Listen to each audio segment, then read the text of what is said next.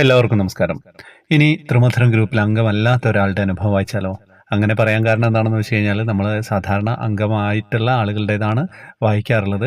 അംഗമല്ലാത്ത ആളുകളുടേതും അനുഭവങ്ങൾ കുറേ വന്ന് കിടക്കുന്നുണ്ട്. മറ്റേത് എനിക്ക് നമ്പറൊക്കെ സേവ് ആവുന്നതുകൊണ്ട് തന്നെ പെട്ടെന്ന് വായിക്കാൻ പറ്റും. പിന്നെ അപ്പം നിങ്ങൾ വാട്സപ്പ് ഗ്രൂപ്പിലേക്ക് വരാൻ ശ്രമിക്കുക കേട്ടോ. അപ്പം നിങ്ങളുടെ അനുഭവം പെട്ടെന്ന് തന്നെ വായിക്കാനും പറ്റും. നമസ്കാരം ശ്രീകാന്ത് സാർ. എൻ്റെ പേര് ഗ്രൂപ്പിൽ പറയണ്ട. ഞാൻ ത്രിമധുരം ഗ്രൂപ്പിലെ അംഗമല്ല. ത്രിമധുരം ഗ്രൂപ്പിലെ അനുഭവങ്ങൾ സ്ഥിരമായിട്ട് കേൾക്കുന്ന വ്യക്തിയാണ്. ഓരോരുത്തരുടെ അനുഭവങ്ങൾ വായിക്കുമ്പോൾ ഞാൻ വിചാരിക്കാറുണ്ട്, ഒരു ജോലി കിട്ടിയാൽ എൻ്റെ അനുഭവങ്ങളും ഗ്രൂപ്പിൽ പറയണമെന്ന്. ഇത് കുറേ നീണ്ടുപോയിട്ടുണ്ട്. ഞാൻ എഴുതിയ എല്ലാ അനുഭവങ്ങളും ഉൾപ്പെടുത്തി സാറ് ചുരുക്കി പറയുമെന്ന വിശ്വാസത്തോടെ എൻ്റെ അനുഭവം എഴുതട്ടെ. ഒരു സ്ഥിരമായിട്ടുള്ള ജോലി ഇല്ലാത്തതിൻ്റെ സങ്കടത്തിലായിരുന്നു ഞാൻ. ഒരു ചെറിയ സ്വകാര്യം പറയട്ടെ, ഞാനൊരു കൃഷ്ണഭക്തയല്ലായിരുന്നു. എൻ്റെ ഇളയ മകളാണ് എന്നെ കണ്ണൻ്റെ ഭക്തയാക്കിയത്. അതിൽ ഞാൻ ഇന്നും സന്തോഷിക്കുന്നു. എനിക്ക് പറ്റാവുന്ന ദിവസങ്ങളിൽ രാവിലെയും സന്ധ്യയ്ക്കും വീട്ടിൽ വിളക്ക് കൊളുത്താറുണ്ട്. അമ്പലത്തിലും പോവാറുണ്ട്. ഒരു ഏകാദശി ദിവസം ഞാനും എൻ്റെ കൂട്ടുകാരും വീടിൻ്റെ കുറച്ച് ദൂരെയായിട്ടുള്ള ദേവീക്ഷേത്രത്തിൽ പോയി. അങ്ങനെ തിരിച്ചു വരുമ്പോൾ അടുത്തുള്ള വിഷ്ണു ക്ഷേത്രത്തിൽ ഞങ്ങൾ കയറി പ്രാർത്ഥിച്ചു കേട്ടോ. അവിടെ ഉരുളിയിൽ 1 രൂപ നാണയമിട്ട് 3 പ്രാവശ്യം മഞ്ചാടി വാരി. തിരിച്ച് ബസ് സ്റ്റോപ്പിലെത്തി. ബസ് കാത്തു നിൽക്കുമ്പോൾ എൻ്റെ വിരലിൻ്റെ അടിയിൽ നിന്ന് എന്തോ ഒന്ന് വീണതുപോലെ. ഞാൻ നോക്കിയപ്പോൾ മഞ്ചാടിക്കുരു. എനിക്ക് ഭയങ്കര സന്തോഷമായി. ഞാൻ അതെടുത്ത് വീട്ടിലെ കണ്ണൻ്റെ കാൽപാദങ്ങളിൽ വെച്ചു. എനിക്ക് പേടിയുണ്ടായിരുന്നു കേട്ടോ, അത് തിരിച്ച് അവിടെ വെക്കണമെന്ന്. അങ്ങനെയാണെങ്കിൽ കണ്ണൻ എനിക്ക് അപ്പോഴേ കാണിച്ചു തരൂലായിരുന്നോ? ഇത് കണ്ണൻ എനിക്ക് തന്നതാണ്, അങ്ങനെ വിശ്വസിക്കാനാണ് എനിക്കിഷ്ടം.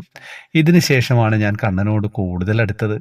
അതിനുശേഷം പിന്നെയും അനുഭവങ്ങളുണ്ടായി. ഈ വിഷ്ണു ക്ഷേത്രത്തിൽ പുനരുദ്ധാരണ പണികൾ നടക്കുകയാണ്. 9 മണിവരെ നട തുറക്കൂ. ഞാനും മോളും അറിഞ്ഞിരുന്നില്ല നേരത്തെ നട അടയ്ക്കുന്നത്. ഒരു ദിവസം ഞങ്ങൾ 9:30 കഴിഞ്ഞു അവിടെ എത്താൻ. നട അടച്ചു പോയിരുന്നു.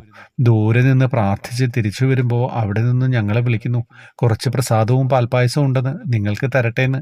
വിശ്വസിക്കാൻ പറ്റിയില്ല. ഞങ്ങൾക്ക് വേണ്ടി ഞങ്ങൾക്ക് തരാൻ കാത്തു നിന്നതുപോലെ. പിന്നെ ഒരു ദിവസം റോഡിൽ കൂടെ നടന്നു പോകുമ്പോൾ വഴിയിലൊരു മഞ്ചാടിക്കുരു.